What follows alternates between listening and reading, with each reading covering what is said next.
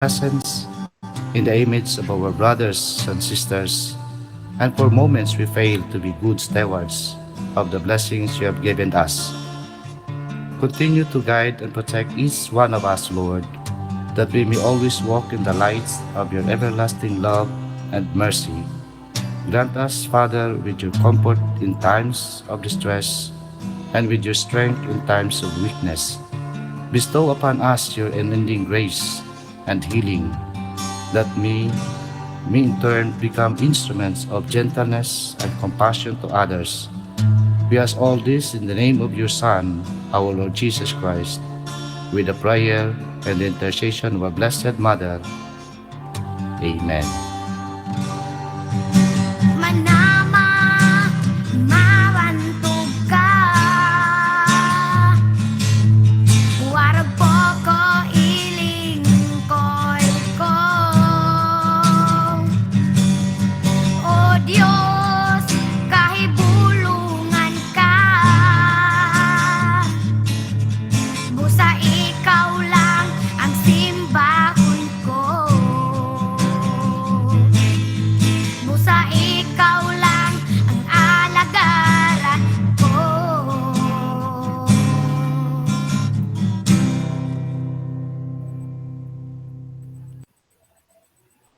Mga kababayan, ang pambansang awit ng Pilipinas.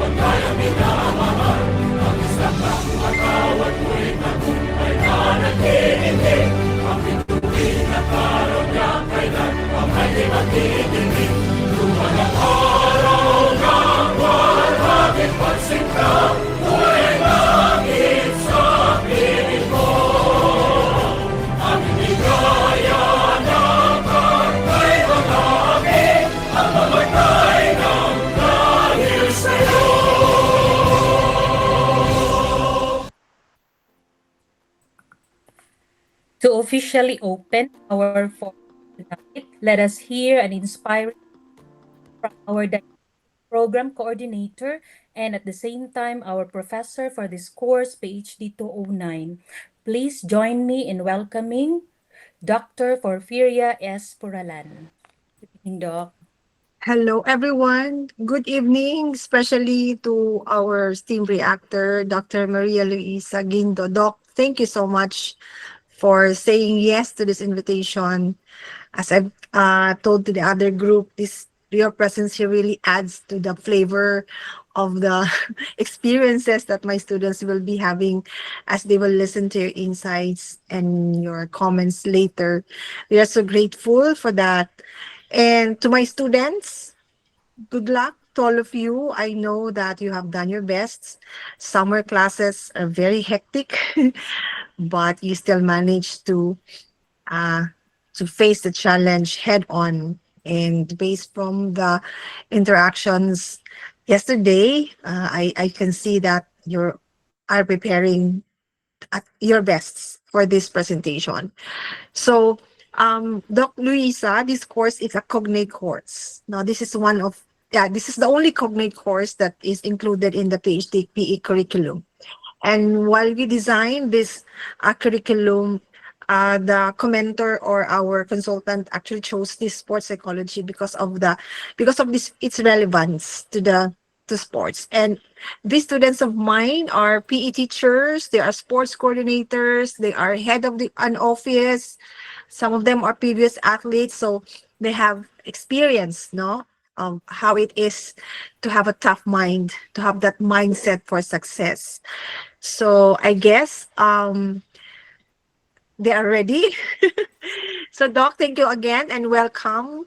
Good luck to all of you, and may all of you learn more, no, further, and you will be applying this in your respective station. God bless everyone. Thank you very much, Doc Ferry. Now, to further enlighten our forum, allow me to introduce our highly respected reactor for this session. Our esteemed reactor, Dr. Maria Luisa Ginto, is a distinguished academic, licensed psychologist, and internationally certified sports psychologist.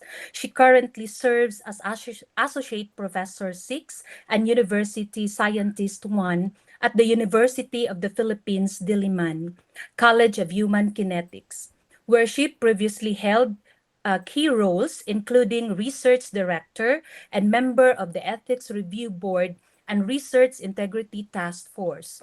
She also contributes to the field through editorial leadership as editor-in-chief of International Sports Studies, and it is an active researcher with a Web of Science Researcher ID and ORCID.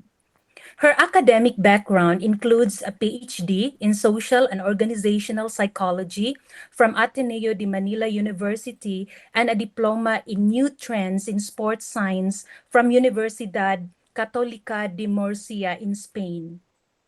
She has taught various advanced courses, including philosophy of human movement science, sports psychology, and counseling in sports and exercise. Professionally, Dr. Gintu has provided psychological services to elite athletes across organizations such as the Philippine Sports Commission, Gymnastics Association of the Philippines, and the Atleta ng Ayala program. She previously served at Ateneo de Manila University as a lecturer and sports psychologist and held consultancy and training director roles in sports and organizational development units. International experience includes a fellowship at the Hong Kong Sports Institute. She has played an active role in international organizations, including the International Society of Sports Psychology, where she is a registered practitioner and regular masterclass participant. She is also the vice president for membership of the ASEAN South Pacific Association of Sports Psychology and a board member of the International Society of Comparative Physical Education and Sports and the International Association of Physical Education and Sports for Women and Girls. As to the research works, Dr. Ginto is a prolific author with over 25 peer-reviewed journal articles and book chapters. Her most recent publications focus on athlete well-being during disruptions, gender dynamics in sport, and the PERMA framework in physical education. Notable journals include Frontiers in Psychology, Performance Enhancement and Health, and Qualitative Research in Sports, Exercise and Health. She co-edited the volume Women and Sports and in Asia and contributed to international academic discourse on sports, gender, resilience, and mindfulness. She has presented her research in global conferences such as the ISSP World Congress, the ASP Congress, and the European Congress of Sports Psychology. Her topics span elite athlete experiences, mental health in sports, gender issues, and crisis resilience, delivered in countries like Spain, South Korea, Germany, Taiwan, and India. Aside from the research works of Dr. Ginto, she also had lead community-based psychological interventions using sports as a tool for disaster recovery and mental wellness, particularly in typhoon-affected areas in the Philippines. She has served in numerous extension projects such as SIPA in COVID and Dula Kalinaw, collaborating with institutions like the Department of Education, PSC, and UNICEF. Dr. Ginto's excellence and recognized through multiple awards, the 2025 International Publication Award, All Women's Sports, and the prestigious Elsevier's Editor's Choice. She also holds multiple UP Professional Chair Awards for teaching and public service in sports psychology. Her research has been funded by local and international agencies, including the U.S. Department of State and the University of the Philippines outright research grants. Ladies and gentlemen, please join me in welcoming our STEAM reactor for tonight's Knowledge Forum, Dr. Maria Luisa Ginto.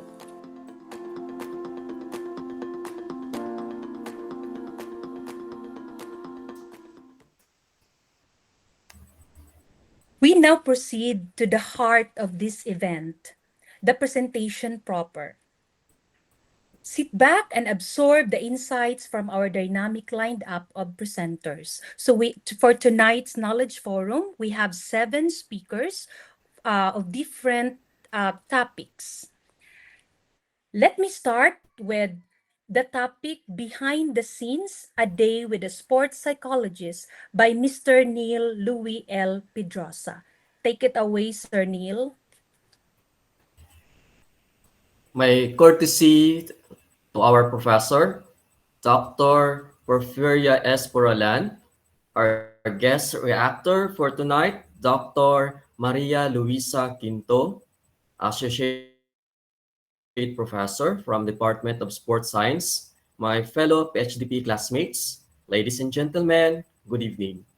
My honor to present to you my topic title, Behind the Scenes, A Day with a Sports Psychologist.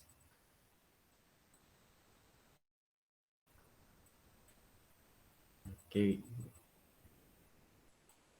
What is sports psychologist? Psychology.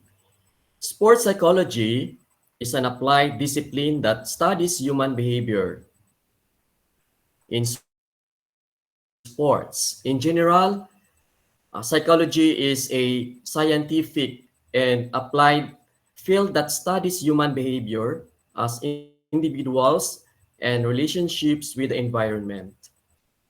In relation to sports, the behavior that is learned is human behavior in a sports environment. Sports psychology, an important branch of psychology that is developing rapidly, especially in recent times. It is the study of the influence of psychological factors on sports, athletic performance, exercise, and physical activity. Today, psychology is widely recognized as crucial element of gaining an advantage in sports. Sports psychology now offers a considerable competitive advantage. Furthermore, it offers insight into how to effectively function in aspects of our lives outside of athletics. The responsibilities of sports psychologists and ma'am, dyan pa lang tayo, ma'am. Okay. And new advancements in psychology in the field of sports and exercise science remain the primary issues of current discussions, despite the reality that sports psychology has recently been the subject of productive study and practical application. Next, ma'am. Who is Bill Biswick? Bill Biswick is a sports psychologist who helps athletes, teams, and coaches improve their performance by helping them overcome mental and emotional barriers. He says, doon lang muna, ma'am. Dyan lang, ma'am. Okay. He says sports psychology is about dealing with your own doubts, fears, and anxieties. So you can maximize yourself and your potential. It's about letting the positive you defeat the negative you. He said it's a battle of you versus you. Next, ma'am. The battle of you versus you. Bill emphasizes that psychology is essentially a battle between you and yourself. He believes that when faced with challenges, our minds often default to negative thoughts, doubts, fears, and anxieties. To counter this, he introduces the concept of the fighter versus victim mentality. Every day we have a choice to make. Am I going to be a fighter today or a victim? This simple yet profound question encourages us to take control of our mindset. Bill himself, who battles Parkinson's disease, applies this philosophy daily. Instead of succumbing to this condition, he chooses to be a fighter, facing each day with courage and determination. Next, ma'am. Okay, the three crucial questions. When working with athletes, Bill starts asking them three pivotal questions. The first is, what do you want? Second, how badly do you want it? Third, how much are you willing to suffer for it? So these questions are designed to help individuals clarify their goals, no? Assess their commitment, and understand the sacrifices required to achieve greatness. Bill believes that many people struggle because they haven't truly defined what they want from life. By answering these questions honestly, we can set a clear path toward our objectives. Next, ma'am. Embracing resilience through. Setbacks are inevitable on the road to success. Bill points out that the key difference between the high performers and others is how they respond to these challenges. He recounts the story of Kobe Bryant. So I know you are familiar of this uh, basketball player who missed crucial shots in a playoff game. Instead of wallowing in this appointment, Kobe analyzed why he missed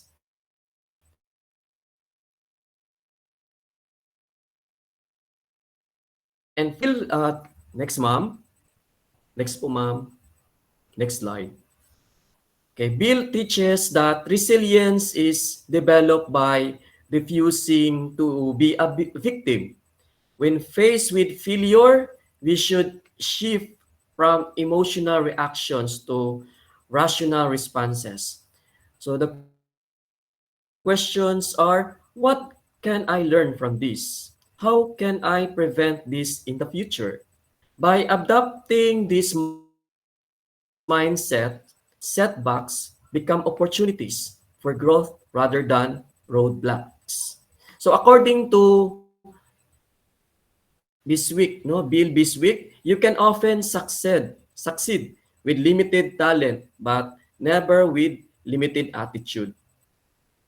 Performance begins in the head, and successful people think differently from unsuccessful people. So thank you very much for your listening. So I hope that you learn a lot in our knowledge forum. Thank you very much, Neil, for sharing with us The Power of Mindset by Bill Beswick, The Battle of You versus You. Now, before we proceed to the next presenter, may I remind the rest of the presenters that you are only given 15 minutes or less to present your respective topics. So we will now proceed to the second presenter, the topic, The Science of Motivation, How to Find Your Way by Mr. Chris Don Soryaga. Sir Chris?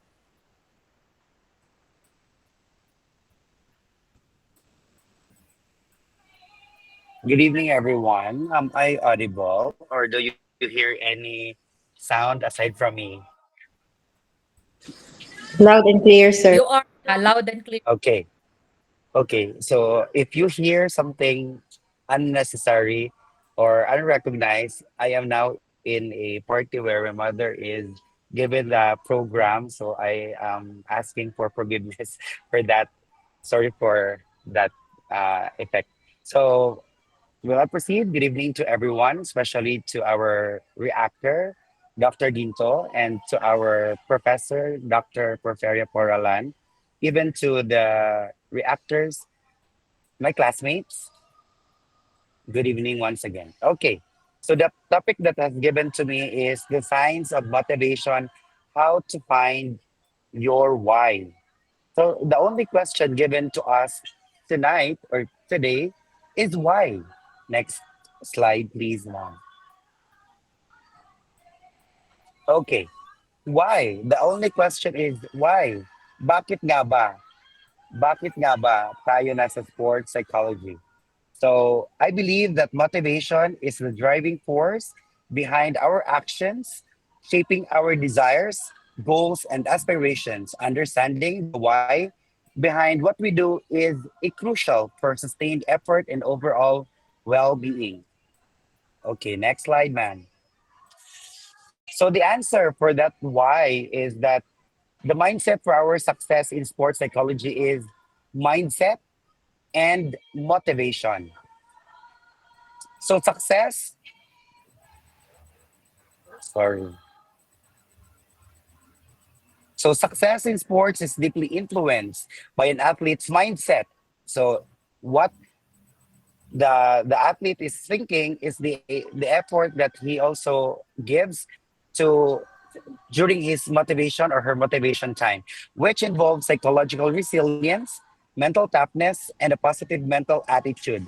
These mental attributes significantly affect performance and career longevity. So, in order for us to achieve success, we need to perform well, focus, and to have our motivation. So, next slide, ma'am. In motivation, we have two types of motivation. That is the intrinsic and extrinsic motivation, wherein intrinsic comes from what we do in ourselves, and extrinsic is the effort or the reward that we get from the intrinsic motivation that we had. So the healthiest form of motivation comes from within. That is the intrinsic, driven by interest, enjoyment, and personal satisfaction in the sports itself. This includes motivation to learn, to accomplish, and experience stimulation by your own self. So, the extrinsic motivation is the things that we accept as a reward or the satisfaction from the results and the approval from everyone that we accept.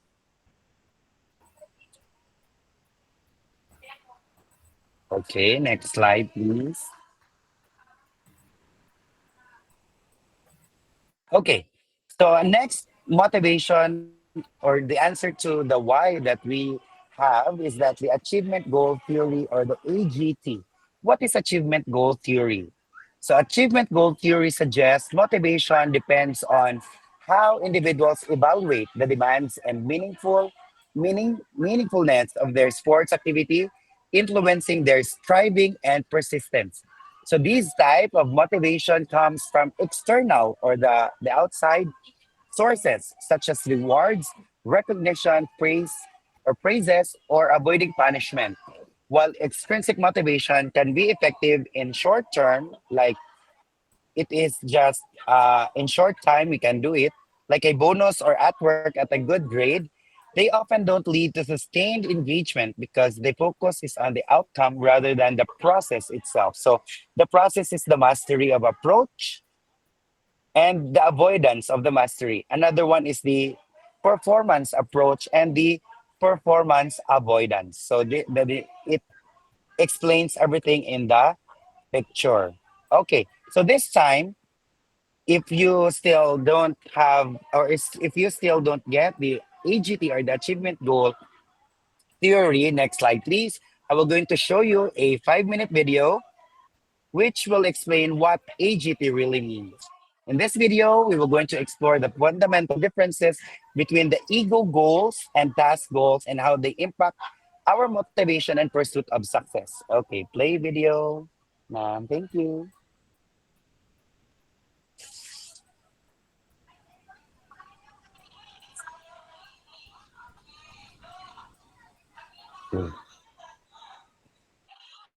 Sir Chris, I'm sorry, but the presentation is not playing. It directly proceeds to the next presentation po. Okay, can I take the chance to ano ma'am, present? Maybe I can play the video.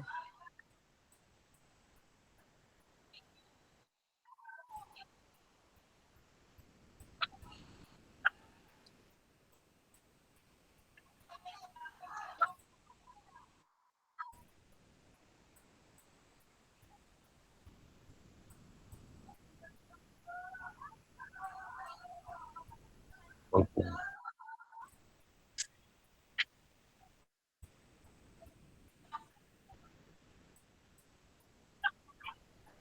Okay, ayaw.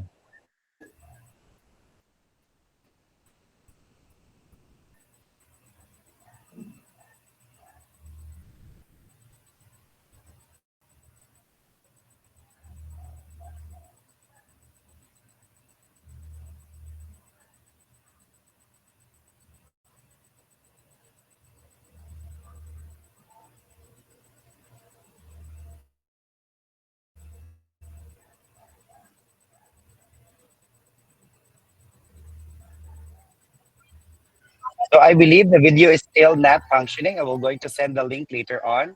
Ma'am Rachel, we maybe proceed to the presentation. I will share the link later on the message. Okay, so let's proceed with the next.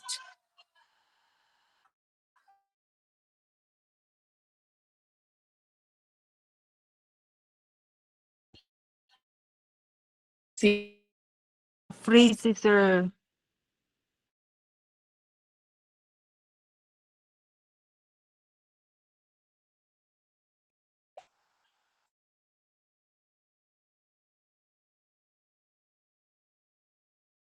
oh,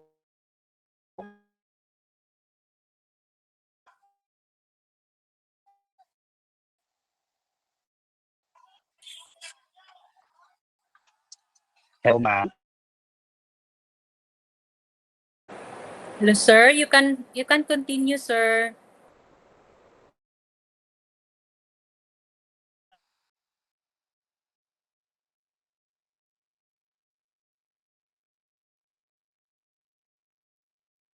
Nawala si Sir.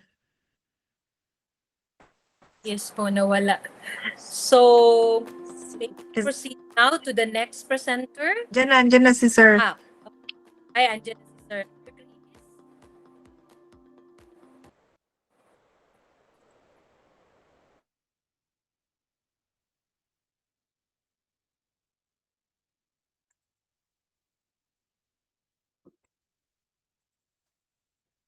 Hello, ma'am. Am I audible? Yes po. You Ah, can now continue, okay. sir. Sige. So let's proceed to the self-determination theory. I'm going to make it fast.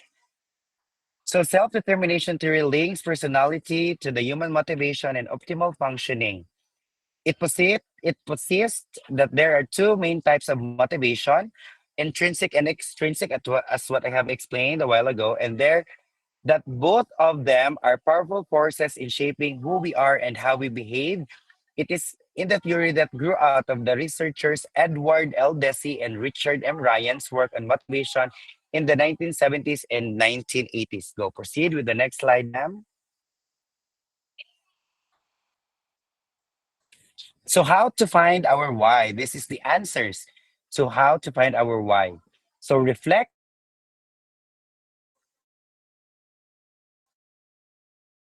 on what makes we feel alive and fulfilled. That is how to think that most time these are often indicators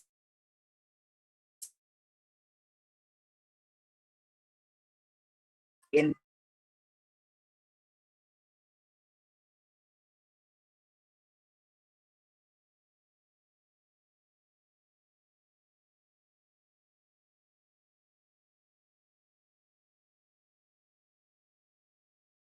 five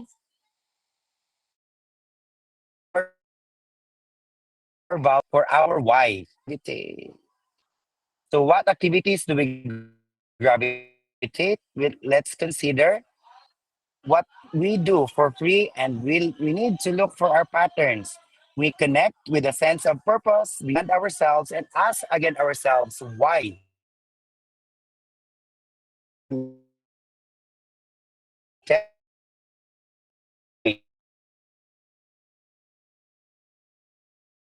Order for free.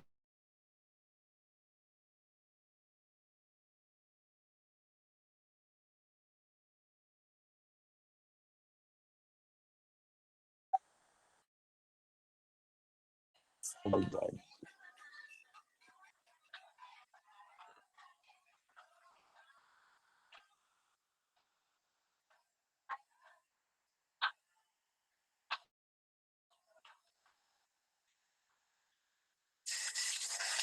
Ma'am? Hello, Sir Chris. Are you done Yes, presenting ma'am. now? Are you done Last na slide po? po. Ay, wala, hindi pa natapos.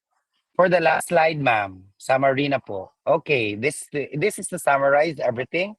Athletic success is such a much about mental strength and motivation as it is about physical skill. Cultivating a growth mindset, mental toughness, positive self-talk, and visualization techniques alongside clear goal setting prepares athletes to perform at their best.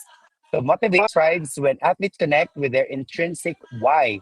It always starts with ourselves, satisfying psychological needs for competence, autonomy, and relatedness, and achieving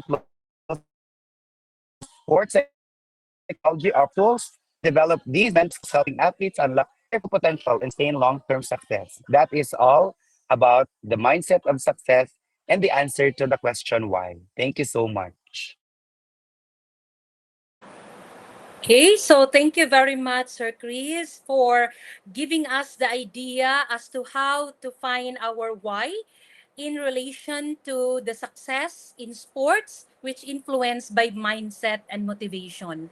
So thank you very much. Shall we proceed now to the next presenter with the title Gender Identity and Diversity in Sports Psychology by Miss Genevieve Eliza T. Gonzaga. Take it away, Ma'am Jen. Thank you po, ma'am. Allow me to share my screen first.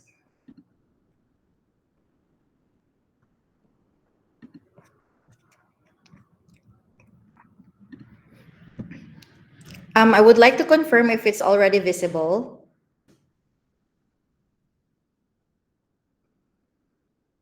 Yes, ma'am. Thank you Yes. so Yes, Miss much. Jen. Thank you po. Yes, Okay, Ma'am so Jen, it's good visible. evening, everyone. My name is Geneva Liza T. Gonzaga, and I will be presenting today the topic on gender identity and diversity in sports psychology. So the outline of this presentation includes empowering role of sports on gender identity and diversity, the challenges and barriers in sports, and the role of sports psychology in addressing the issues on gender identity and diversity.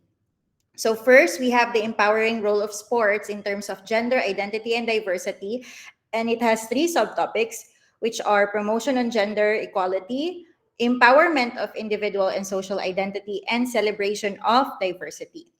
So, for the promotion of gender equality, the increasing presence of women and gender diverse athletes in elite events such as the Olympics, professional leagues, and key leadership roles is fueling the systemic change. So, for example, you see here two pictures from Ireland. On the left part is on the right part is Katie Taylor in boxing, and then we have Rachel Blackmore for horse racing. So, their achievement in the arena of sports helps narrow the gender gap in sports enrollment. So, at the same time, we have our very own Nessie Peticio and Heidelin Diaz. So they are they have also great achievements in sports arena that may pave the way for women to really also excel in sports. When in fact we know that in the earlier times, the sport is male dominated. So aside from the achievements of these women, it is also needed that we have policy and advocacy on gender equality to sustain. And these are some of the examples for the movement from the Montreal, and then we also have Brighton Declaration for Women to really advocate for equal rights, like equal pay at the same time, emphasizing that stronger female leadership in sports organization. And also we have the International Olympic Committee, or the IOC, wherein they have really worked hard for the Olympic Games to become the largest gender equal sporting events in the world. So if you're going to look at the picture, you can really see that there is a gradual increase of the participation of female athletes, and not just female athletes, but also female coaches at the same time. And then when it comes to the empowerment of individual and social identity, studies says that female athletes are inspiring girls to take up sports. So in a study conducted, according to Daily Express 2024, that out of 500 youth aged 10 to 17 who were surveyed, 55% said that seeing female athletes made them feel like they could do anything. Approximately 83% said that the athletes are inspirational role models. So the exposure to female and gender diverse role models encourages young female or aspiring athletes to really participate and believe in themselves. And then we also have celebration of diversity. So in this part, Global Sporting Events offers inclusive stages where people of varied races, ethnicities, and traditions can really participate together. As you can see here in the left picture, you see an adaptive sports such as the wheelchair basketball, which is in the person of Robin Love, a British wheelchair basketball player, wherein he competed in the 2024 Paralympics. He says that it exemplifies how sports empower those with disabilities and marginalized identities to thrive. And then you also have on the right side, you have the LGBTQ plus community having their Australia's A-League Women and Men's Pride Round celebrates and supports queer athletes, fostering unity and awareness across the fan base.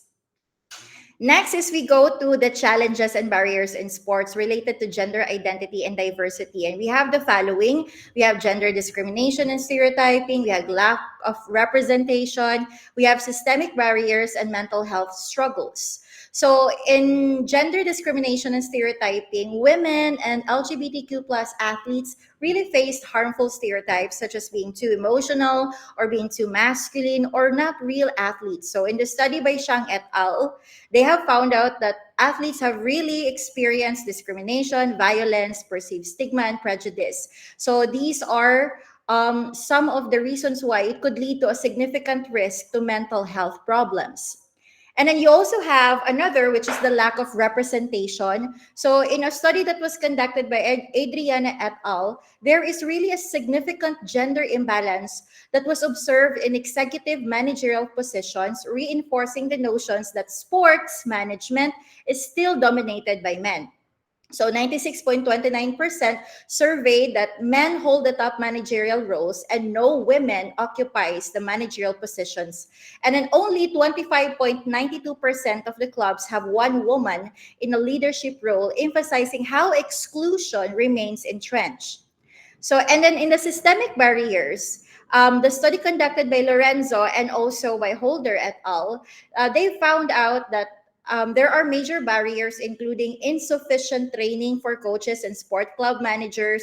There is also a negative and discriminatory attitudes towards those athletes, and then an entrenched ableist mindset, limited access of information, and a lack of accessible facilities.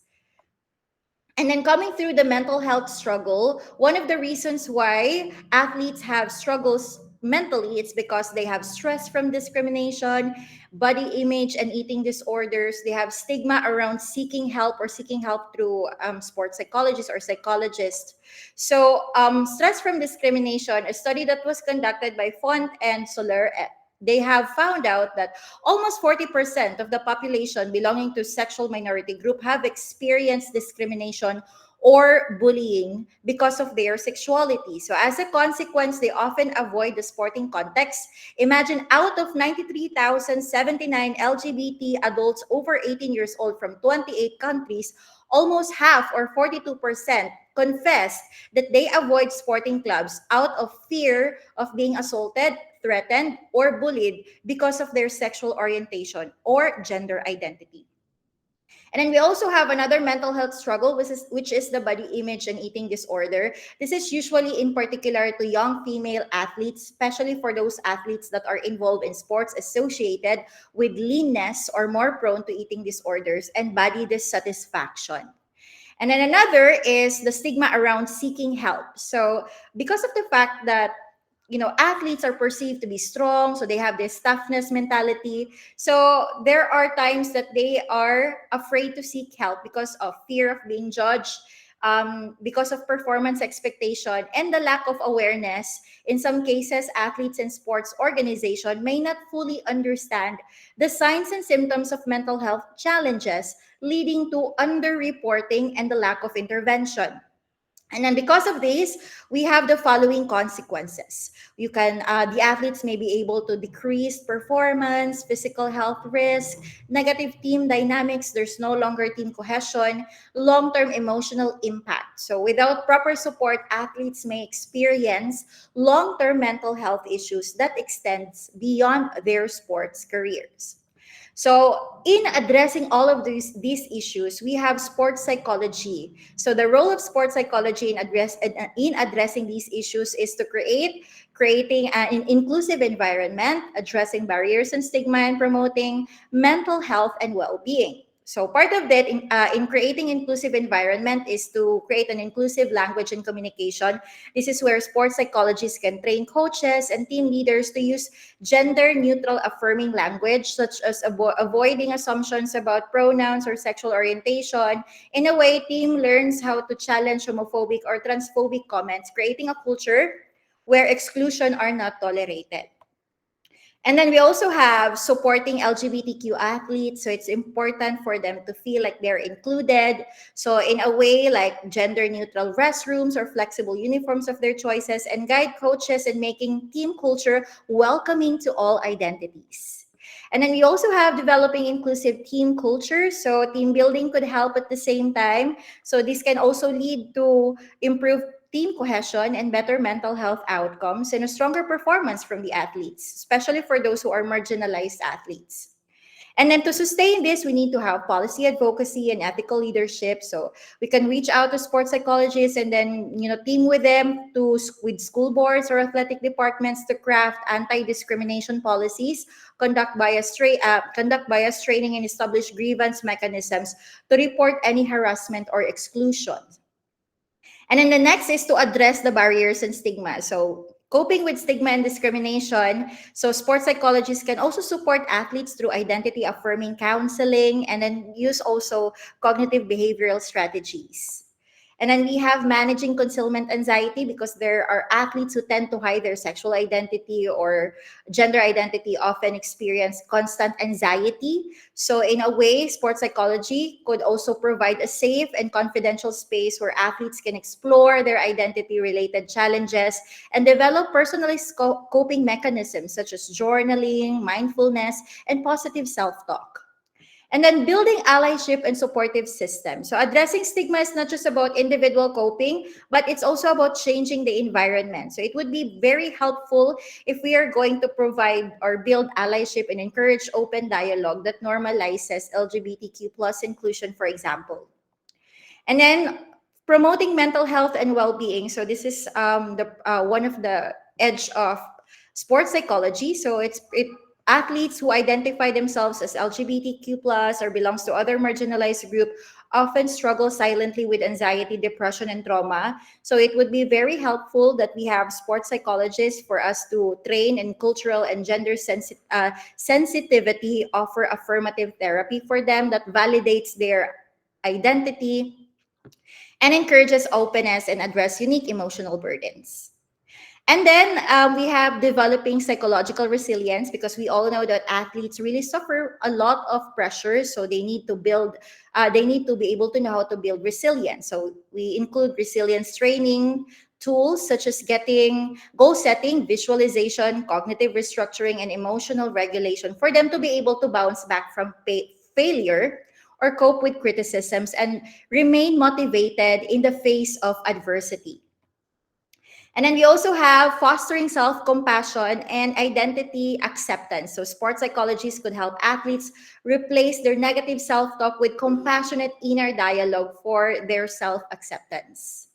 And then lastly, to preventing burnout and mental health decline, because LGBT plus athletes may experience higher emotional exhaustion due to constant vigilance or fear of discrimination. So it would be very helpful if they conduct wellness checks, teach self-care strategies, and help athletes set boundaries that prioritize both physical and emotional recovery, because mental health is as important as physical fitness. So, in conclusion, in today's ever evolving sports culture, acknowledging and embracing gender identity and diversity is no longer optional. Rather, it is essential. So, the field of sports psychology provides critical tools to challenge stereotypes, affirm diverse identities, and foster truly inclusive athletic environments.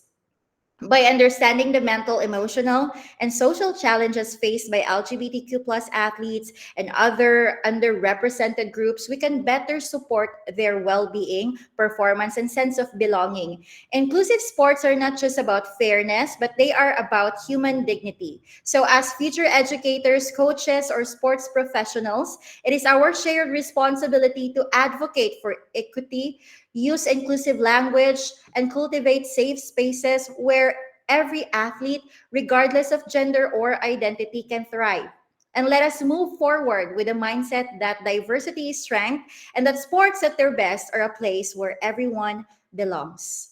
These are my references. And once again, my name is Geneve Eliza T. Gonzaga, and maayong gabi sa atong tanan. Thank you so much for listening. Oh, thank you very much, Ma'am Jen, for that very informative presentation on gender equality in sports psychology. Now, let's move on to the fourth where we will have the open for we will have presentation of Mr. Darrell L. Cabudol on fueling the mind, nutrition, and mental performance. Okay. Shall we have now the Reactors time muna, Ma'am Reg. Okay, so now we will now open the virtual floor for comments, insights, and or reflections of the three informative topics from our speakers. So this time, may we invite our esteemed reactor, Dr. Maria Luisa Ginto, to give us the comments. Doc? Yes, can you hear me? Yes, Doc. Here, Doc. Here. Yes. All right. Okay, first I'd like to commend the three speakers, Mr. Pedrosa for the like an overview on sports psychology, and then Mr. Suryaga for the science of motivation, and Ms. Gonzaga for the gender identity and diversity in sports psychology. So I'm really very heartened for the variety of discussions on these topics.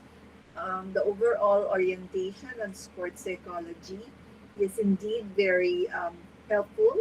I think this is something that our students need to also be oriented on, because many, of course, our athletes, our varsity athletes, and even recreational athletes have very little idea on what sports psychology is and what it is not. Okay, so it's important to address these issues and open the discussion also to our students and athletes of what sports psychology is and what it's not. So if this were like a seminar to be given, it would really be nice, I would suggest, to ask, of course, your students or student athletes what they think of sports psychology is, so that we can address their conceptions or misconceptions. So it's always good to begin by finding out the knowledge level of our target audience.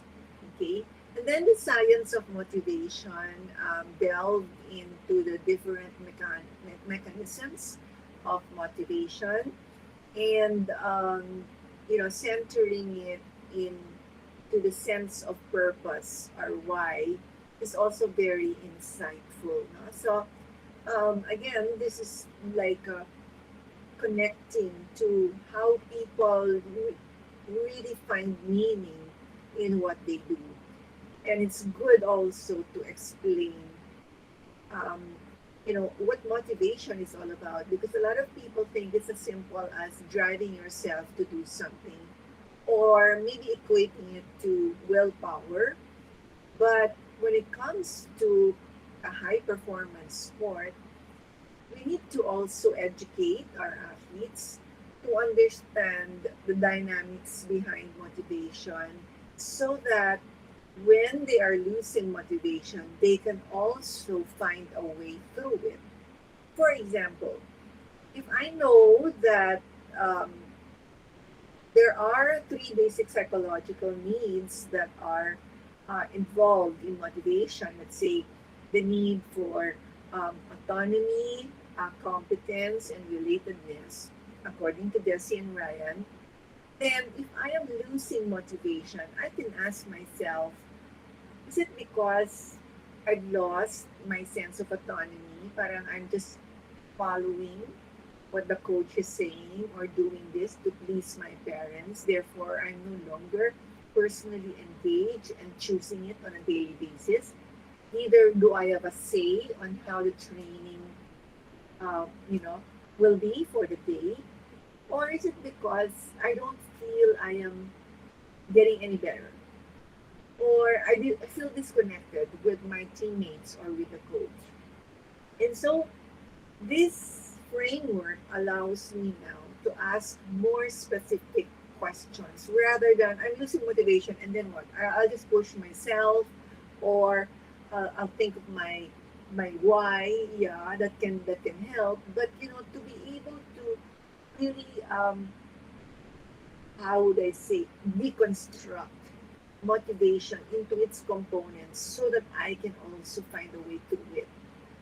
Okay, so from the point of view of a sports psychologist, I also try to ask questions about these three basic psychological needs, because sometimes it's about, for example, it's about losing connection with your coach, and that is a very major, let's say, issue, such that kahit na may sense of competence siya, or there's a sense of autonomy, because there's like a misunderstanding with the coach, the motivation is affected. So what I'm saying here is knowing the science behind motivation, whether it's in exercise or adherence to a diet, or commitment to your sport, we can use what we know from research to be able to guide ourselves and others as well.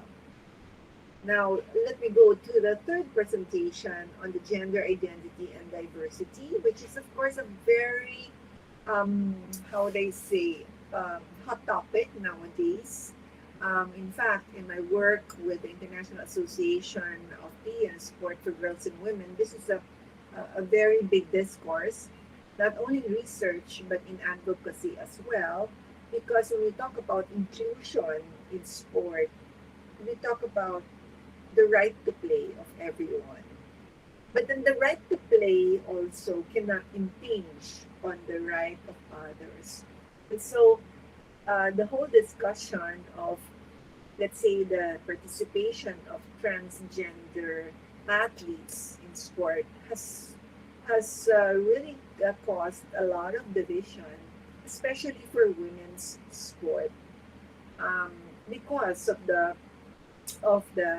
um, the measures also of the physiological characteristics of women and the stance of women's groups, that they are disadvantaged of their own sport when it already took so many years just to be able to play and to be acknowledged as a legitimate participant in sport, because we know very well that for many years girls and women were not allowed to play sport even in the Olympics, and now that they're allowed to play sport, um, there are um, trans women who are now um, edging them out in terms of performance. It's not a very simple discussion when we talk about um, inclusion in sport, especially when it deals with gender. So this is a very very sensitive topic, and it's not easy to just settle, the discussion. So raising this topic in a discussion like this is really very healthy and allowing people to look at the different perspectives. So again, I really congratulate the three presenters who have expanded and broadened the knowledge of all our participants this evening. So yes, congratulations to our presenters. Thank you. Thank you very much, Doc Luisa, for your generous sharing of your comments and insights and even thoughtful responses that makes tonight's presentation rich. So we will now proceed to the second batch of presenters. We will now call Mr. Darrell Cabudol to present the topic, Fueling the Mind, Nutrition, and Mental Performance. Sir Dar? Yes, Dr. Reg, thank you so much. So, good evening once again, to our reactor, Dr. Maria Luisa Ginto, to our professor, Dr. Paralan, to my classmates, and as well as to our visitors and spectators not related to our subject in PHDPE. Maayong gabi sa inyong tanan, magandang gabi, and good evening. So, my topic is on fueling the mind, nutrition, and mental health performance. Next slide, please, ma'am. So athletic performance is not just the physical. Actually, it's a combination of all the holistic dimensions. However, today we will be going to focus and explore on the relationship of the nutrition to mental performance, which affects three. Number one is the cognitive performance, which is on focus, memory, reaction time. Next is on the emotional regulation, mood stability and stress response of athletes. And the last one is on the decision making, on clarity, risk assessment, split second choices of athletes, whether it's on in game or during the game, outside the court or after the game, in which I believe that are key factors in our topic in my topic for today. So we'll begin with the first uh, effects. So first is on the cognitive function. So how does nutrition affects the brain? So first, the glucose is the brain's primary fuel. So inconsistent blood sugar levels coming from or the result, which is a result of poor nutrition, impair concentration and memory. So ano nga ba yung tawag natin sa kapag low ang ating sugar? It's what we call as hypoglycemia. If you could remember or are familiar with hypoglycemia. So what are symptoms of hypoglycemia? So number one is your hands are shaking, you stutter on speaking, you feel dizzy, you sweat, you have an upset stomach, or maybe you feel hungry. Your heartbeat could feel fast or could be fast or irregular. There is an irregular beating heartbeat. You have trouble on concentrating and lack of energy, syempre, di ba? Next is on omega-3 fatty acids, which is common in fish. This supports neuron function and reduce inflammation. So I have researched what are the types of fish that are rich in omega-3. So ano nga bang mga isda ang rich in omega-3? No, parang medyo mahal ang mga isda na rich in omega-3. So I have here, first is the salmon. No? Medyo mahal-mahal din. And next, we also have mackerel. Meron naman mga delata na mackerel, so okay na yon. Pwede na rin yon. Also, caviar. Oh, medyo mahal na talaga yon. And sardines. Yung sardines, so pwede na sa atin yun. And also, micronutrients like iron, B vitamins, and magnesium are crucial for neurotransmitter function and oxygen transport. So if I could still remember, no, during my lab time, most of my classmates or my batches, when we took the licensure examination for teacher, asked the our lecturer, anong vitamins daw yung maire-recommend nila. And usually, our lecturers would say that B vitamins or B complex, because B complex are vitamins that are for neurotransmitters. So it's good for our nerves for proper brain function. Next page. Also, not only food, but also hydration has a big role and impact on our cognitive function. According to Ellie et al. In 2024, even 1 to 2% dehydration can impair short-term memory, attention, and decision making. So dehydration leads to slower neural transmission, making athletes less responsive and accurate. So that is why if you're going to be a coach, make sure that your athletes are well hydrated. So in a sports psychologist insight, research shows that mental fatigue from dehydration reduces players' ability to anticipate opponents' action. So nangihina yung ability nila na ma-anticipate yung actions, particularly the attack of their opponents, and sustain attention during long games or matches, especially on games that were on team sports that would require them to think fast and critically. Next page, Ma'am Rachel. The second is on the emotional regulation. So emotional regulation, nutrition and mood.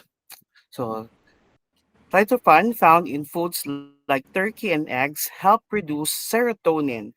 This serotonin improves our mood and reducing anxiety. Ano nga ba ang serotonin?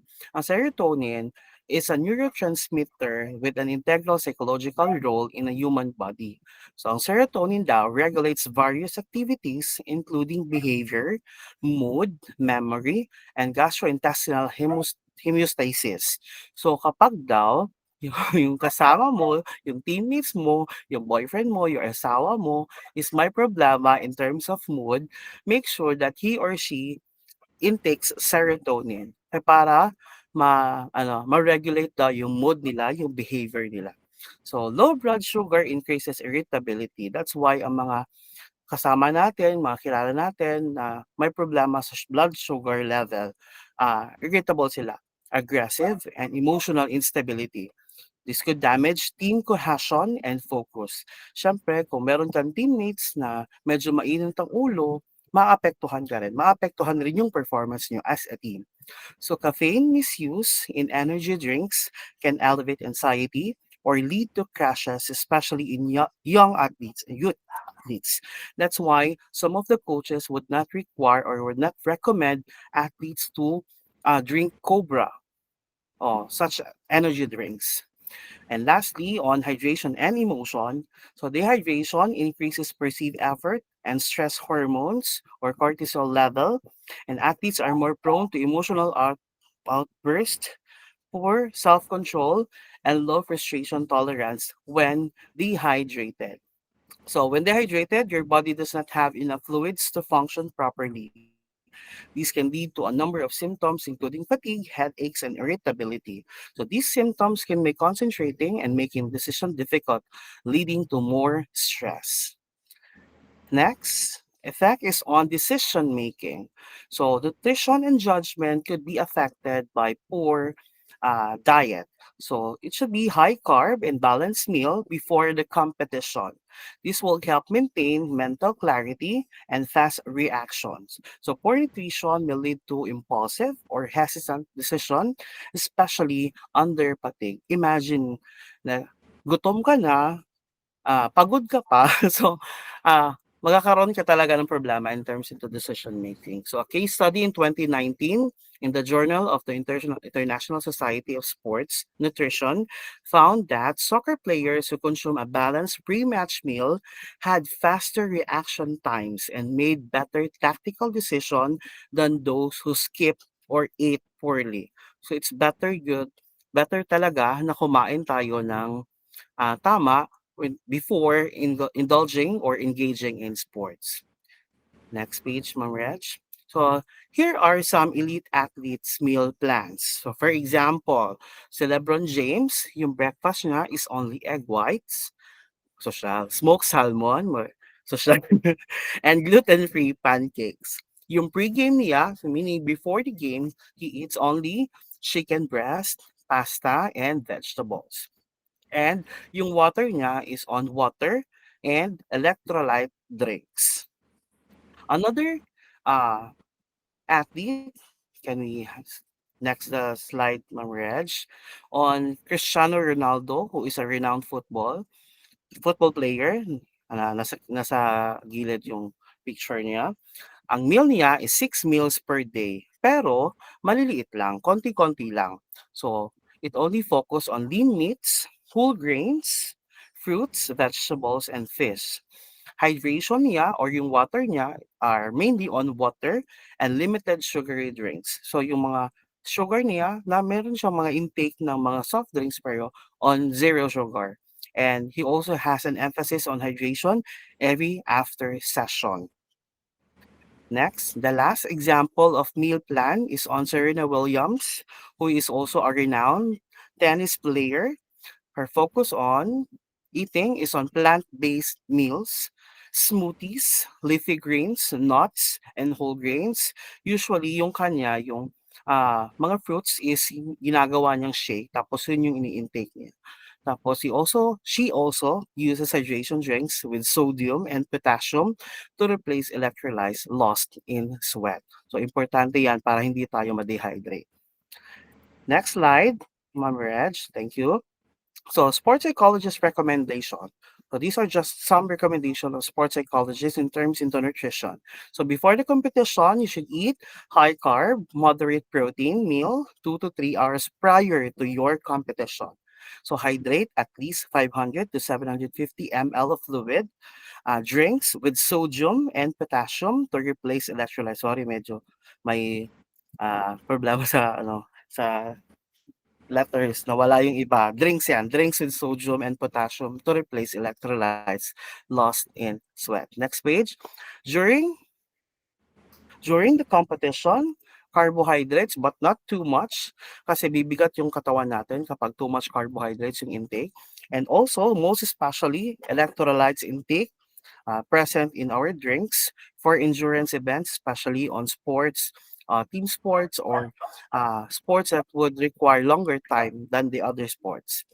And also, after the game competition, we also have protein and carbs within 30 minutes for the recovery of our energy. And also, we also have to rehydrate with 1.5 times weight loss through sweat. So here are mental tips. So you should pair nutrition plans with our mental rehearsal, breath control, and sleep hygiene. So syempre, importante din yung sleep hygiene. Hindi lang dapat tayo kumain at mag-alaga ng ating physical health, but also a sleep hygiene. Let's also educate athletes on how food affects mood and focus. Lastly, I'm Reg.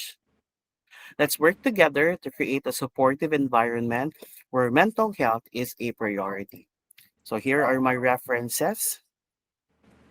I hope you learned something. Thank you so much and good evening once again. Thank you very much, Sir Darrell, for that informative and relevant topic on how we fuel our mind in terms of nutrition and mental performance. Now we will now proceed or continue with the next presenter. The topic on the rookie mindset, psychology of developing athletes, to be presented to us by Mr. Richard L. Romero. Sir? Hello, good evening, everyone. So, my respect to our esteemed guests. We have Dr. Maria Luisa Ginto, and at the same time, also to our professor, Dr. Proferia Poralan. And I'm very much honored to present to you the topic which I assigned to me, the rookie mindset, psychology of developing athletes. But before that, I'd like also to inform everyone that the topic that I have will focus in terms of the challenges as well as the uh, Ma'am Reg, sorry. May I will? Or you will be the one? Okay, sige po. I'll have the presentation. All right. Is my presentation visible to everyone already? Yes. All right. Thank you. Yes, sir. All right, sige po. Before I begin, I'd like also to inform, I'd like to parang give also a brief, no? Since I come up also with this kind or the idea that I have had right now, I am a former coach of gymnastics, which I was actually struck with the introduction of our dear reactor, that she is also into gymnastics. At the same time, she is also coming from the Ateneo de Manila. I am also coming from the Ateneo, but in Davao City, currently affiliated, ma'am. So I believe that also some familiar names in terms of the Jesuit community. So I'm very much honored and very much kind of pressure at the moment because I might be judged, no? Sige. But anyway, I am very much open, and this is also an idea. The main idea of this is actually to experience as well, not to accept some comments and maybe some recommendations later on, so that we will also become the best coach, the best teacher, and a future more educator to everyone. All right, so going back, so I have here my topic, which is the rookie mindset psychology, rookie mindset psychology of developing athletes, which actually focuses in terms of the mental needs and challenges. I believe we are also former players, athletes, no? We are also coaches at the moment, but we also able to experience a lot of challenges, and we also able to parang have conflicts, no, during our time as an athlete or maybe as a coach, even up to now, no? So with that, so I'd like also to share here my presentation, which I about to begin. So I don't know, I'm not sure that if you are familiar into these faces. Who among you here is familiar with these personalities, or let's say these players or these young athletes that you showed in the picture or in my presentation? Anyone? You can write your answers in the chat box. No? For those who are fan of a basketball, a fan of a volleyball, no? So we have Bella Belen, actually from the National University, who became the 3-time MVP and at the same time a Rookie of the Year. No, we have also Josh Ibanez from the University of Santo Tomas, a volleyball member of the UST volleyball men, who also became one of the rookie player during his time.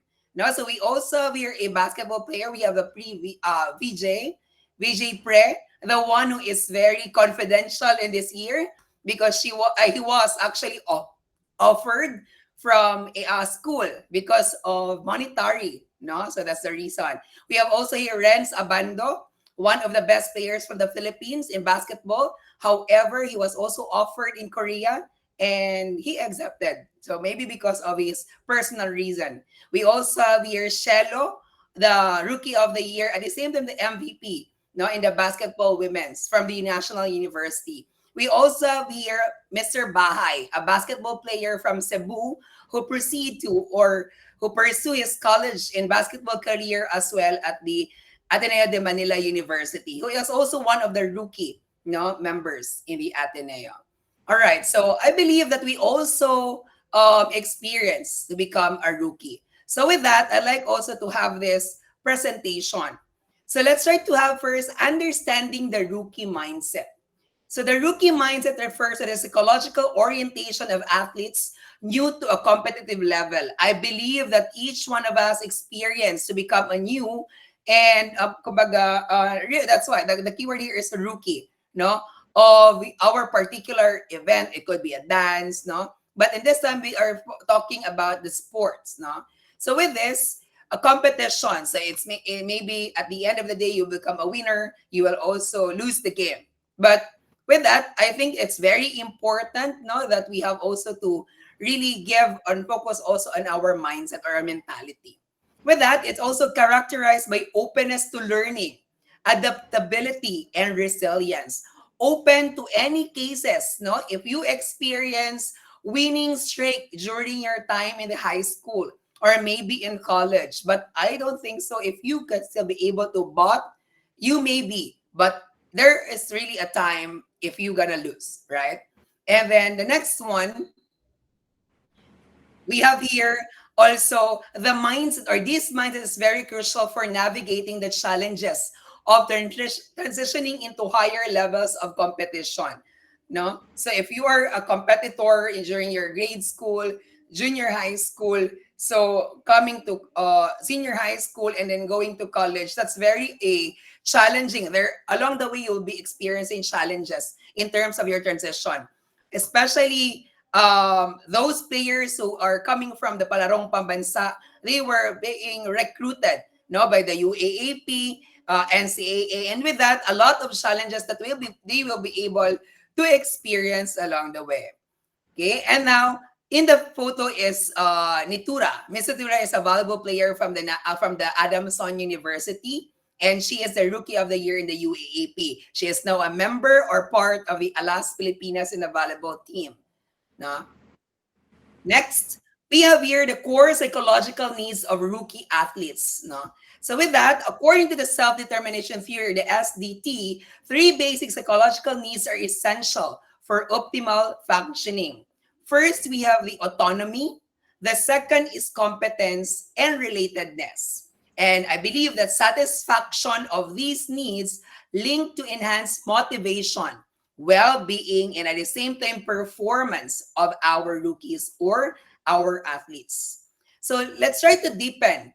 What are the core psychological needs of rookie athletes? The first one is growth mindset and psychological resilience. The second one is autonomy. The third is competence, followed by relatedness, which I add on, and also confronting failure. Talking about growth mindset and psychological resilience means that it is the belief that abilities can be developed through dedication and hard work. Now, it is also fundamental for rookies.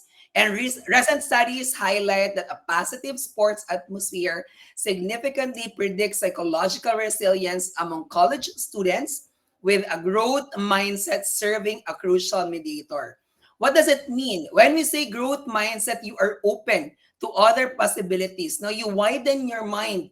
Well, what are the instances that would happen to me? No? The next one, we have autonomy. Rookie athletes benefits from the environment that supports their sense of choice and volition. So when athletes feel they have control over their training and decisions, they are more likely to be motivated and committed. So when they know, because athletes know also what they are doing. So they are capable. They are capable of winning. They are capable of improving themselves. So if they have the autonomy, and then basically they will really get what they want. The third one is competence. So when we say competence, feeling effective and capable is vital. So positive feedback, appropriate challenges, and opportunities to demonstrate skills help rookies build confidence and resilience, because our athletes, I believe, they are really, really skilled. But what they need is actually a guidance from us, especially for the coaches and for also the team.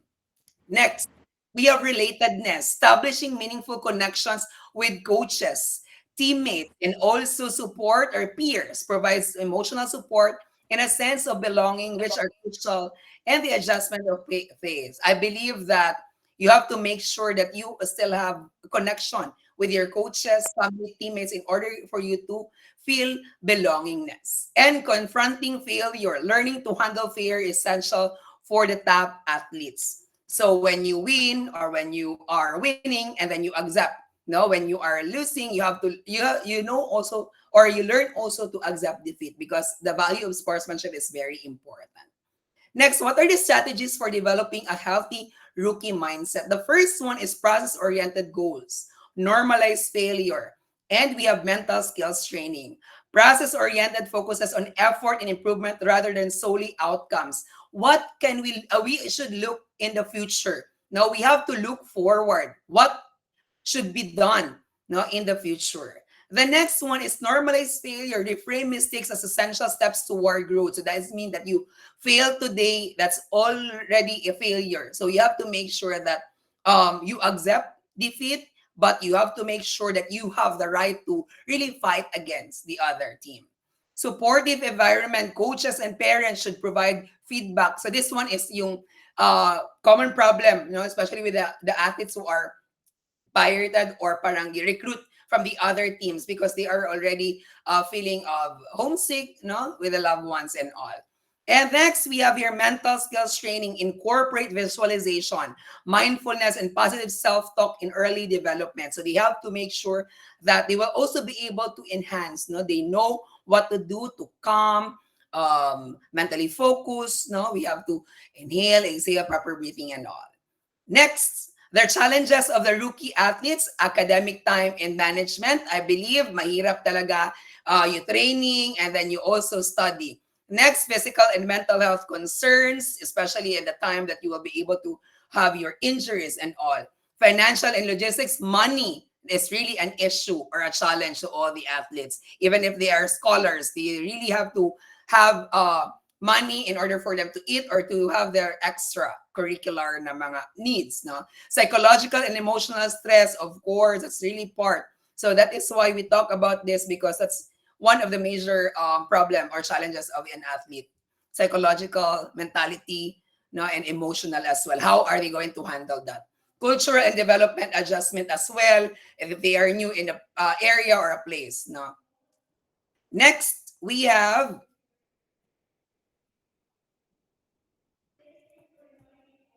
benefits of sporting rookie athletes: career longevity, adaptability, sustainable motivation. Career longevity meaning they can move forward. If they are in the college yet, they can go professional, no, and then later on in the other part of it. And sustainable motivation, they keep motivating themselves to really improve and to do more, to become better person and athlete. Adaptability in terms of changes, adjust to varying competitive environment, because not all the time it's amateur. There will be professional leagues that they will be able to join. Mental well-being, healthy mind or healthy rookie mindset supports overall mental health and life satisfaction. And to conclude my topic or discussion or presentation, I'd like to leave this quote: the power of supporting rookie athletes lies in creating an environment where they feel safe to fail, encouraged to grow, and empowered to thrive. That's how champions and better human beings are made. That's according to self-determination theory of Ryan and DC 2000. I think that would be all. Thank you very much for listening and have a great night. God bless us all. Ad Maiorem de Gloria. Thank you very much, Sir Richard, for presenting to us a very comprehensive topic about the psychology aspects of being a rookie athlete. Now, moving on to the second to the last speakers tonight. The title is Competing with the Crowd, Social Pressure and Performance, to be presented to us by Mr. Harley Davidson Rodriguez. Hello, everyone. Am I audible, loud and clear? Okay, thank you so much. Okay. Wow, let's wait for the presentation. Okay, thank you, Ma'am Rachel. So once again, good evening, magandang gabi, maayong gabi sa tanan. My name is Harley Davidson Rodriguez, and at this very moment, I'll be presenting to you a topic that each one of us could relate. And I know for sure that at the end of this slide, you will have something in your mind, no? Something to share within this group. Now, entitled Competing with a Crowd, Social Pressure and Performance. I know most of us, no, if not all, are now coaches. But does it automatically mean that we are also once an athlete? Others might say yes, others might say not all the times, right? Now, can you still remember being an athlete, playing in a huge crowd? How was your experience? Does the crowd boost your confidence, or does the crowd, in other way, loses your confidence, or does it frustrate you? Okay. Now, I have here some questions. Now, how audience presence or absence affects athletes' performance? No, there will be so many answers, unique answers, no, because this is anchored on the experience of an athlete. Next one, how audience presence or absence affects athletes' mental health. Accordingly, there is no health without mental health. And everyone, athletes are vulnerable when it comes to stress, depression, frustration, and disappointments. The reason why us being an audience, we have to really be careful when it comes to our reaction, movement, and even expression. No, sometimes nadadala tayo sa ating emosyon, no? Sometimes nagiging negative tayo, no? We tend to forget that we are also a coach. Okay, next one. Now, the objective is to analyze how audience presence or absence affects athletes' mental health or mental states and explore recent findings and practical implications for training and performance. Next one. Next slide, please. Now, as we all know, sport exposes athletes to perform in front of us, in front of the crowds. But it doesn't mean that we have the right to humiliate them. We have the right to frustrate them. We have the right to judge them. Okay? And this because this may affect both individual and team performance. According to the study of Calleja et al. 2022, the presence of spectators during a match, their feedback or their absence of it can affect sporting performance. If I may add, in so many ways. Next slide, please. Now, the psychology of audience effects, we have here the theory of social facilitation and inhibition. This theory suggests that the presence of others can increase arousal and drive, leading to enhanced performance on simple or well-learned tasks. However, it can also impair performance on complex or poorly learned tasks, as the increased arousal can lead to choking or choking under pressure. Choking happens when an athlete feel over-pressured because of the crowd, because of the complexity of the task. Next slide, please. Now, we also have here the drive theory as it supported the previous theory. Now, it posits that the presence of others increases one arousal level or drive, and thus this increase in arousal also leads to enhanced or impaired performance depending on task difficulty. Athletes are being overwhelmed the way the crowd is, supporting or cheering. In so many ways, athletes feel different emotions while they are playing. Next slide, please. Now, we have this term home advantage.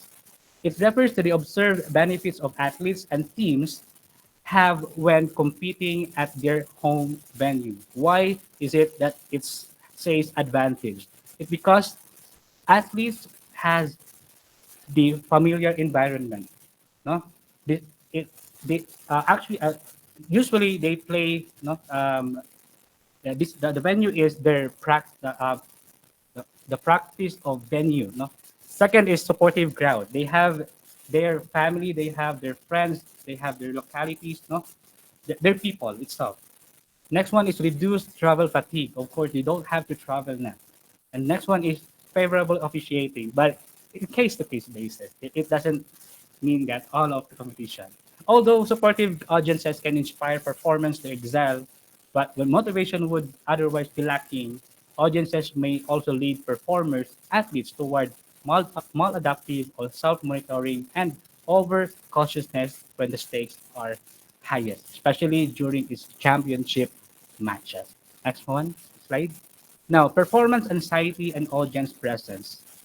Let's talk about the negative because we know everything about positive of effects of a crowd.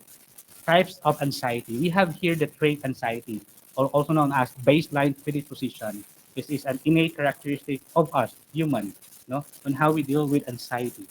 Next one is state anxiety or situation-specific stress. It is a tendency of an athlete to perceive competitive situation as threatening. So kumbaga, sobra na yung pressure, no? Specifically during a championship match, no? It triggers fear of judgment, fear of failure, and high expectations. To the point na yung player, di na niya nagagawa yung best niya. Kumbaga, nacho-choke na siya sa pressure. When an athlete anticipates that he or she will be judged despairingly by others, coaches, friends, spectators, competitors, this anticipation causes subjective psychological distress and means that the athlete experiences fear of a negative evaluation. Next slide, please. Now, let's remove the spectators. During the COVID-19 pandemic, what happens to the sports competition? Now, there has been studies that it reduces anxiety and officials' biases. Okay, and it lower player motivation and energy levels. Kasi iba yung atmosphere kapag nandoon yung crowd, no? And then mixed performance, others might say effects is better or some is worse. Now, the study of Markel et al. Found that the absence of spectators altered performance dynamics, suggesting that empty stands can reduce social pressure, especially on athletes prone to choking under observation. However, in contrast, home teams won, no, the study of Fioravante et al. 2021, significantly fewer matches. They won fewer matches because of the absence of the spectators or the crowd. Next slide, please. Now, the crowd dynamics and emotional contagion. Now, in general, we have a positive crowd behavior. What are those movements or mannerism of the crowd? No, it would be encouragement, no, through clapping, through cheering, calling out your name, right? Calling out the name of the teams, right? Another way we have negative behaviors, booing or aggression, humiliating the player. No, it's really um, um, it's kind of difficult to observe, no, that we have these coaches who are fond of humiliating players just because their teams are on the lead. Now it's sad to observe that one. And next one is emotional contagion and group pressure. So whenever the player feels the crowd is booing or aggression, now that's the time that the coach has to do something about that feeling. Next slide, please. Okay, we have here moderating variables. Of course, the effects or the effect of the crowd, it differs when it comes to the status of an athlete. It could be in novice or elite. No, elite athletes are not so affected with the crowd. Novice will do.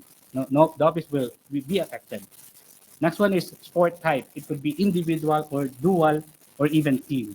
Individual is really difficult to compete with. No, the player has only her or his coach, unlike on the team events. And the next one is task complexity and psychological resilience. It depends on how resilient an athlete is. Next slide, please. Now, implication and coping strategies. This has been discussed by the other night. No, we have here psychological training, the breathing, visualization, and mindfulness, and even positive self-talk. Next one is simulated audience practice, coaching, support, and individual intervention. According to Conversano et al. 2020, mindfulness can help combat stress, increase self-compassion, and improve well-being. Next slide, please. Now, everyone The crowd doesn't play the game, literally, but it plays on the mind of an athlete. Okay? Now, athletes again are so vulnerable to what? To stress, frustration, disappointments. Okay? Now, we have to do something as a coach. Next slide, please. Now, whenever the athlete feels this kind of feeling, negative feelings, no, some of the athletes tends to do something that is out of their play, out of their plans, no. Kumbaga, ginagawa na nila yung gusto nila without thinking what will be the cost, what will be the effect of it, no, sa team. Now, we have here the saying of Phil Jackson: good teams become great once when the members trust each other enough to surrender the me for the we.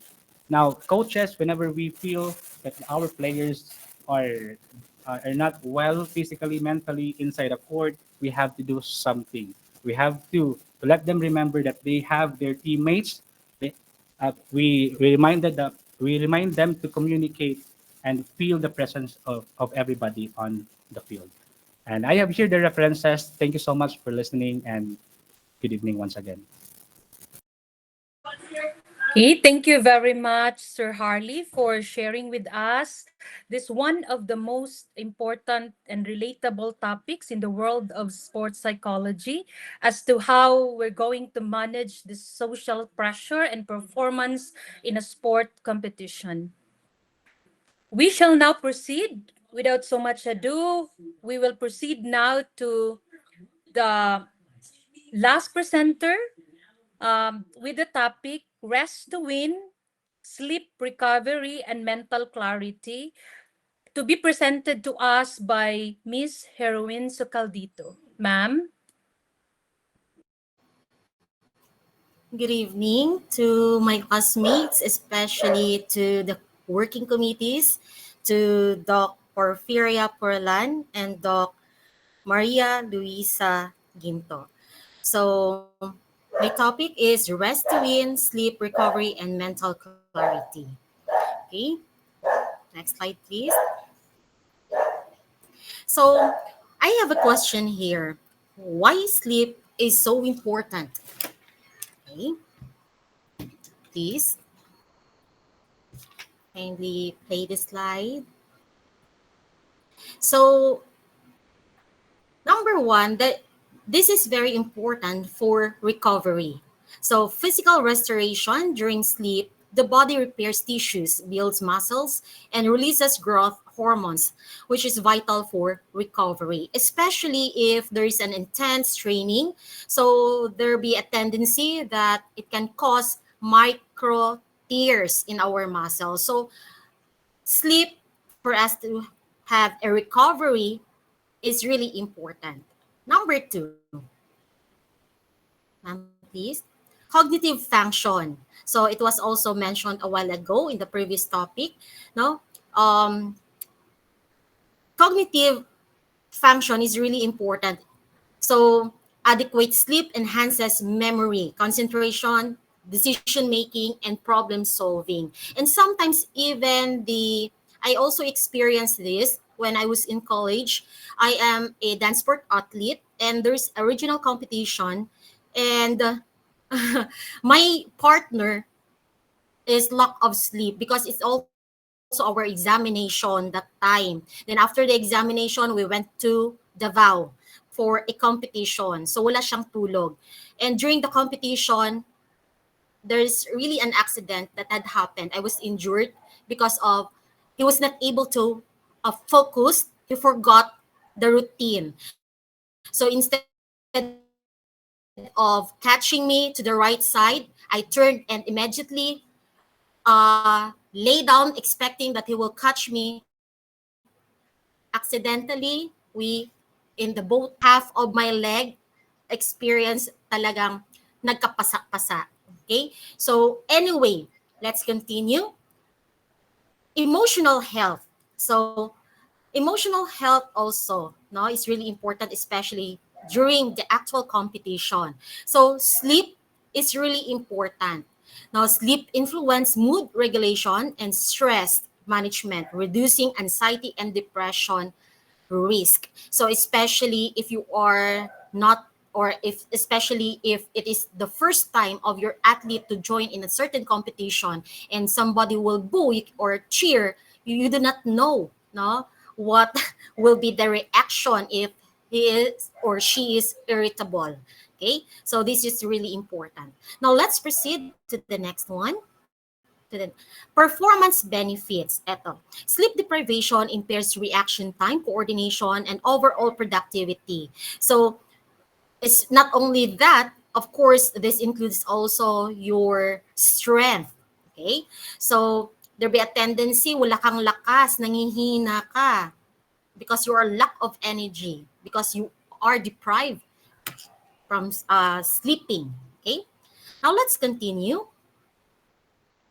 Now, we have here, I just include some notable, famous athlete or players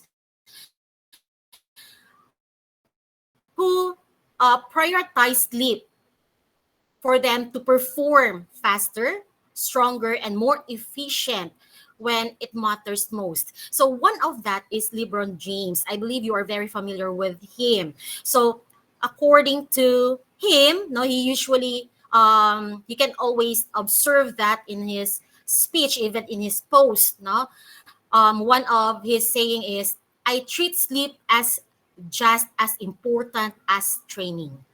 Okay, can you play the slide? I treat recovery like it's my job because it is. So for LeBron James, no, it's very important for him to have a rest, for him to recover. So every day during the training, meron talagang siyang 90 minutes to boost the performance. He will take a nap and 8 to 10 hours of sleep. So that is part of his cycle or in his routine. Okay, so one of the proof, he is already 39 years old and still he's good in playing basketball. No, he is an NBA superstar. Next, another athlete, it's Usain Bolt. So runner po siya natin. So rest is training. The body needs time to rebuild. So isang patunay na talagang may epekto, no? Magandang effect yung rest to recover. Okay? 2008 in Beijing Olympics, Bolt cut his training intensity and focused on rest, resulting in 3 gold medals. Okay, let's proceed. Now, I can say that sleep is essential for an athlete's recovery and has been ranked as one of the most important recovery strategies. So this is also according to Lucy D. Lombardo and Russo et al. In 2017, Swinburne, Hill, and Violet et al. In 2016. If athletes are not getting enough sleep, it can help to an increased risk of sports injuries, but numerous athletes still experience inadequate sleep. Okay, so what are these risks? No? Kindly proceed to the next slide. Next slide, please. Ma'am Reg. Hello. Let's proceed to the next slide.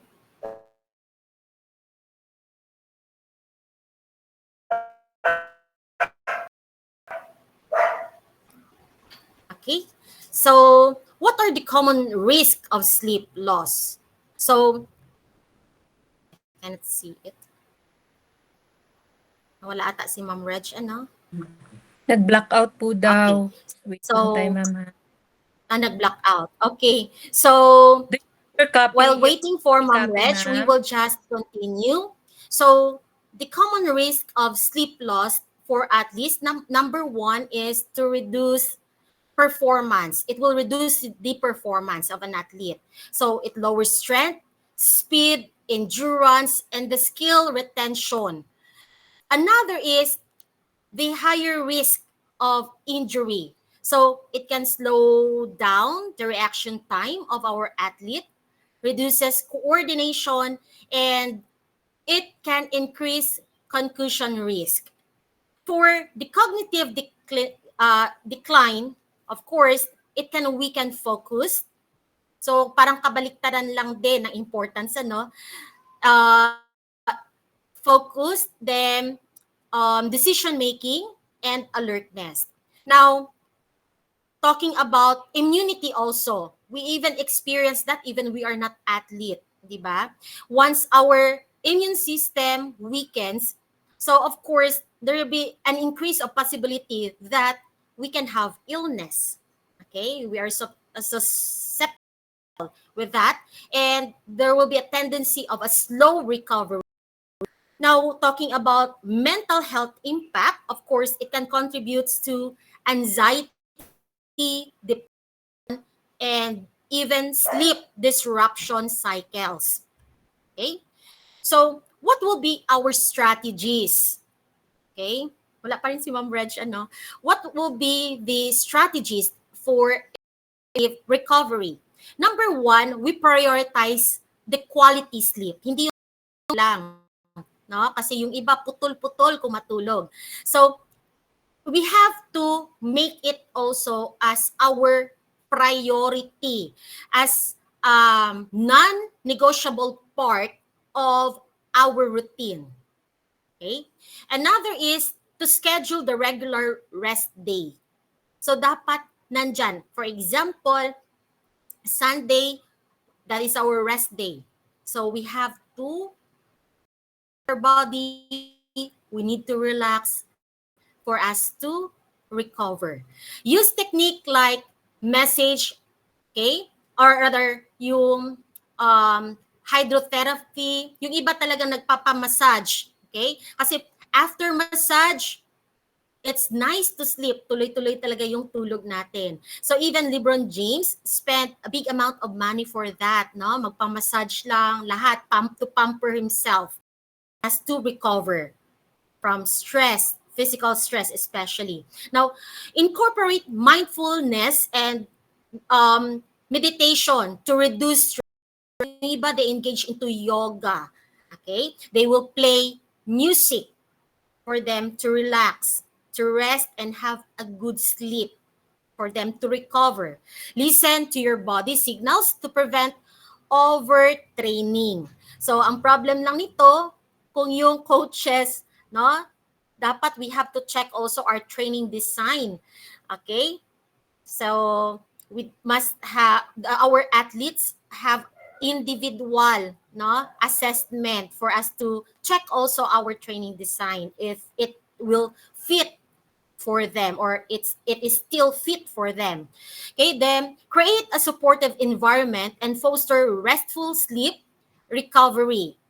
Use tools like sleep trackers to monitor sleep patterns. Di ba may mga application na tayo ngayon or yung watch natin. So it's good, no, to check that also or have it for us to check if we really have a continuous sleep or a deep sleep. Avoid caffeine and heavy meals, especially if we are about to sleep, and we have to limit also